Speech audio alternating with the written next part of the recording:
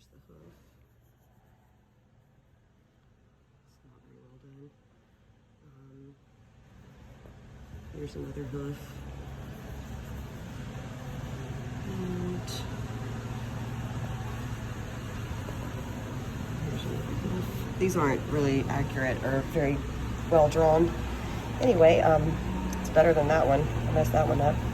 So this is sort of, you know, about square toes and a certain type of shoe, the natural balance shoe.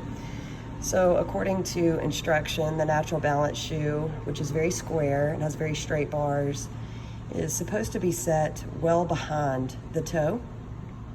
Theoretically, that is to alleviate toe leverage. It does have a nice rollover. However, its shape, if you set it correctly, and when I say correctly, according to their rules,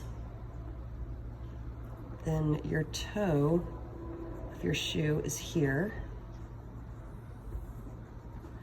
Now the natural balance shoe is very square, it's very straight in the front. So now your toe quarter wraps around and it actually goes pretty straight. So you have to really, really knock in the heels if you're going to avoid, so your toe quarters are not going to be leveraged when you set the natural balance shoe in accordance to the rules. The branches are so straight in your nail holes. I mean, honestly, you can barely use any of them, maybe one on each side, unless you want to encroach into territory that is a bit dangerous. So what we have here is, it's a leverage reduction shoe. So all of this and here is reduced of leverage by the make of the shoe, which has a roll, a bevel. So in this case, the toe is completely unloaded. Sounds great, doesn't it? The toe absolutely must be loaded, not just fully loaded. The entire foot needs to be recruited to support the horse's body. When you unload your toe completely, you actually will reduce the blood flow up the dorsal wall and within the foot here. The coronary band is going to be affected. The hoof growth is made thinner. It's affected in a negative way. Some horses are going to show you that negative manner of growth, you know, in a month or 2 months or 3 months. Some horses almost a year. Either way, at some point, the natural balance shoe will teach you a lesson that it's not good. So now we can set the natural balance shoe where the toe is loaded. And since it's squared and straight, then this is how it would go. And now we have created an awful lot of leverage right here and here. This area and this area have leverage. The only way you can avoid that is to actually grind off the shoe to force the shoe to be round, which is the shape of the foot. And again, you know, your nail holes are so ridiculously placed that they don't actually go in any horse's foot. Here is a horse's foot, and now we're going to put the shoe on the foot.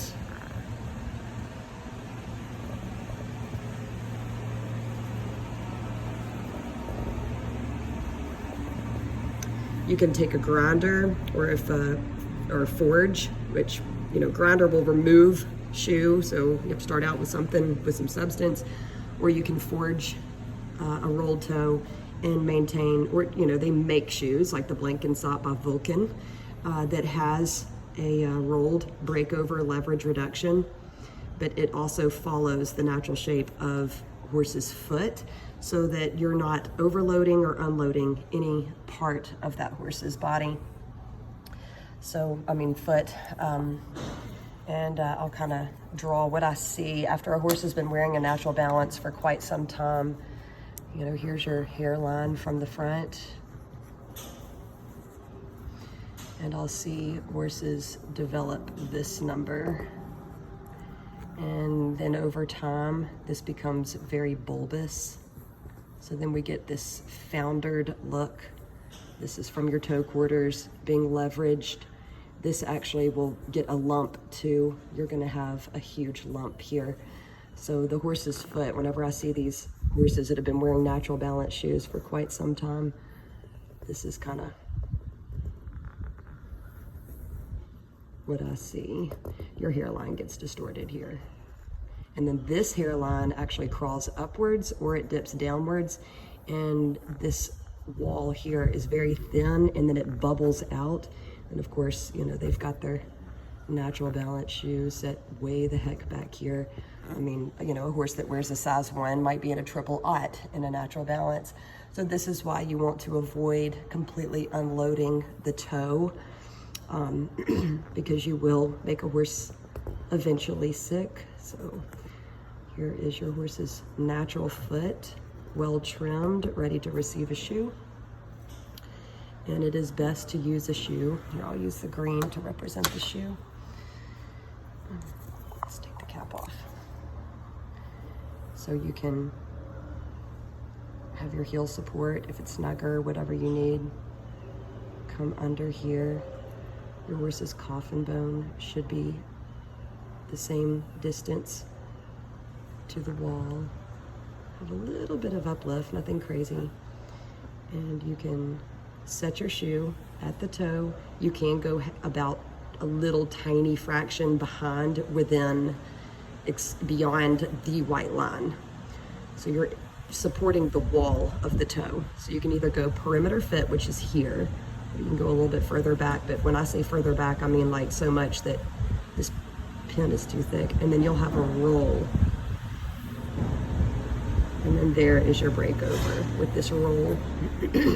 I do prefer to use a nice thinner, not super thin, but I did a review on the double S shoe. It does have leverage reduction. However, to me that shoe is way too steep. It comes to here, so we don't have good support anymore. I like a shoe that gives me adequate protection while being as close to the horse's foot as possible. So avoid shoes that get super thick, which is like the Natural Balance and the Double S. The Blankensop by Vulcan has a very thin profile, or an adequate profile, and it does have the leverage reduction at the toe. The heels are not extremely thick, so you know you can use a pad if necessary in the back, or honestly, you know, they've got to have some toe sinkage and some heel sinkage. That's just part of walking around. But this is kind of my demonstration on, you know, people, you know, that are encouraged to try the Natural Balance shoe. Oftentimes I hear them say, oh my God, it made all the difference in the world. I love it. And then sometimes 3 months later or a year later, they're messaging me and asking me, good God, what can I do to get my horse out of this shit? Because they start getting this distorted appearance. And anytime you start getting distortion, your next step is for the inside of the hoof to become very remodeled, and you can do permanent damage. So anyway, I hope this helps.